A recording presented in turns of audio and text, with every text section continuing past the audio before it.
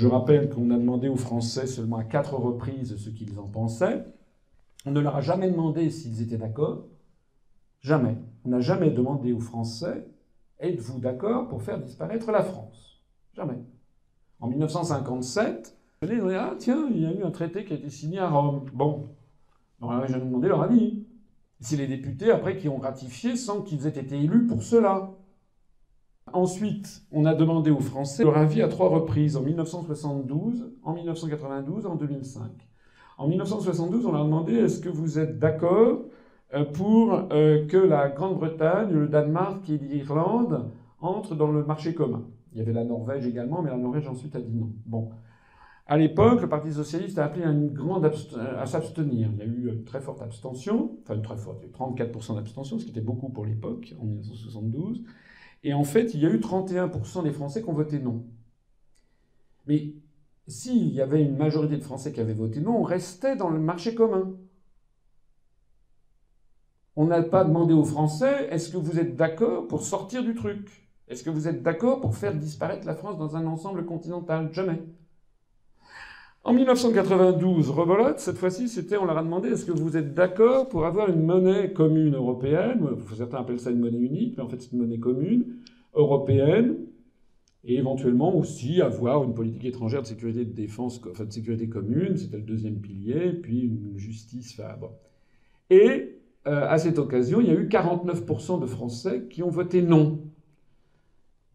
Donc c'est passé à un cheveu. Mais on avait bien dit aux Français que s'ils votaient non, ils restaient quand même dans le marché commun précédent. Ensuite, en 2005, on a eu la Constitution européenne. Et là, on a demandé aux Français, est-ce que vous êtes d'accord pour avoir un président du Conseil de l'Union européenne, une ministre des Affaires étrangères pour parler d'une seule voix, genre de faribole, et avoir une Constitution. Cette fois-ci, les Français ont voté non à 54,7%. Et ben non seulement ils sont restés dans le système existant, mais on leur a quand même imposé ce à quoi ils avaient dit non. Alors ensuite, maintenant, aux dernières nouvelles, c'est un sondage IFOP. Le pas entre les années n'est pas identique. Faites attention, c'est un graphique qui n'est pas... C'est un peu bricolé, parce que il y a 20 ans entre les 20 premières années, puis ensuite 13 ans, et ensuite 7 ans. Et ça n'est pas homogène, puisque dans les 3 premiers cas, c'est un vote. Dans le dernier cas, c'est un sondage IFOP qui a été fait à la fin de l'année dernière, qui disait que ça ne vaut que ce que ça vaut, ça n'est qu'un sondage, que si on réinterrogeait les Français sur Maastricht, il y en aurait 64% des Français qui voteraient non. D'ailleurs, au passage, qu'est-ce que c'est que faire la politique ? Qu'est-ce que c'est qu'un homme politique responsable ? C'est quelqu'un qui vérifie à tout instant si le peuple est d'accord. Rappelez-vous que De Gaulle, rien ne le forçait à démissionner en 1969, lorsque le référendum du 30 avril a envoyé 53% de non. Mais De Gaulle avait une tellement haute idée de la fonction qu'il avait créée de président de la République, à laquelle était attaché beaucoup de pouvoir, mais pour le général, ce pouvoir n'était légitime qu'à la condition qu'il soit sans arrêt soutenu par le peuple français. Et du jour où De Gaulle a constaté qu'il n'avait plus la majorité, il a immédiatement, dans la demi-journée qui a suivi, présenté sa démission. Il a considéré qu'il n'avait plus la légitimité nécessaire pour assurer le pouvoir qui lui était dévolu par la Constitution. Parce que n'importe qui d'honnête intellectuellement et politiquement devrait se dire face à ça, j'ai un problème, il faut que je vérifie quand même auprès des Français s'ils sont d'accord. D'ailleurs, je signale aussi autre chose. Le principe même de la vie, c'est de pouvoir changer la vie. Donc l'idée même que l'on a fait un traité il y a 20 ans, que ce traité donne des conséquences absolument catastrophiques, et qu'on l'on dise aux gens « Ah, mais les Français ont voté, mais les Français, oui, très bien. Ils ont peut-être le droit de changer d'avis. » Ça serait quand même la moindre des choses de vérifier s'ils sont encore d'accord. Or, toutes les statistiques montrent qu'ils ne sont pas d'accord.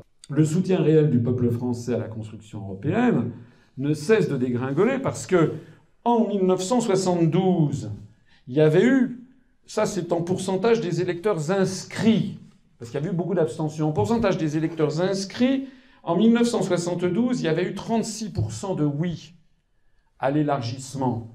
En 1992, à Maastricht, il n'y avait eu que 34% de gens, des électeurs, qui étaient allés voter oui. Donc la majorité n'était que toute relative. Et à la Constitution européenne, il n'y a que 30% des Français qui sont allés voter oui. Donc il y avait, en 1992, 34% des électeurs inscrits qui avaient voté oui. 34,4. Il a dû y avoir à peu près 33,8% des Français qui ont voté non et 34% qui ne sont pas allés voter. C'est ça la vérité. Et si vous prenez tout simplement des courbes comment dirais-je, des courbes de mortalité, la pyramide des âges, ça c'était il y a 21 ans. Compte tenu des décès qui sont intervenus depuis lors d'une part, et des naissances qui sont intervenues d'autre part, on est sûr qu'actuellement, il y a moins de 1 Français adulte sur 5, de plus de 18 ans, il y a moins de 1 sur 5 qui a voté oui. En 1992 à Maastricht, parce qu'il y en a un certain nombre qui sont décédés, et il y a environ 21 tranches d'âge nouvelles.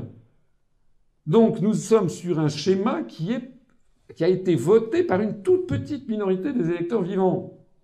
Et en plus de ça, ceux qui avaient voté oui à l'époque avaient voté oui sur la foi que l'euro apporterait plus de croissance et plus d'emplois. Ils ont été bernés. Ils ont été escroqués. C'est-à-dire que ceux qui, parmi les électeurs français vivants, qui ont voté oui au traité de Maastricht et qui sont contents de ce qu'ils ont voté, on doit être à peu près un Français sur 10 ou sur 15.